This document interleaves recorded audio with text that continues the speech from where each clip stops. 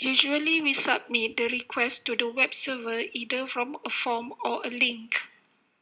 The servlet will process these requests. For example, executing some business processes. After the execution ends, we need to tell the servlet where it should go. This topic is dealing with that. Servlet execute the business process in the web application. The web application must decide where it should go after the execution of business process ends. Either go to another page or another servlet. Ending within a servlet is not a wise design decision. Normally, we have designed a page that indicates end of the business process execution. For example, we have a page that is nicely designed to indicate payment is successful.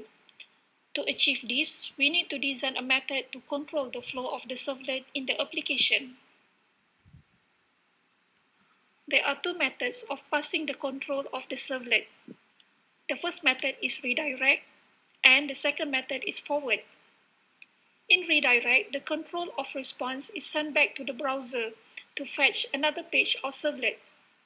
When this happens, the URL in the address bar will change. This method is suitable to send the client to a different page or server domain. In the second method, the control is happened at the server side. The result of the control is returned to the browser. When this happens, the URL in the address bar will not change. Comparatively, forward is faster than redirect because everything happened at the server side.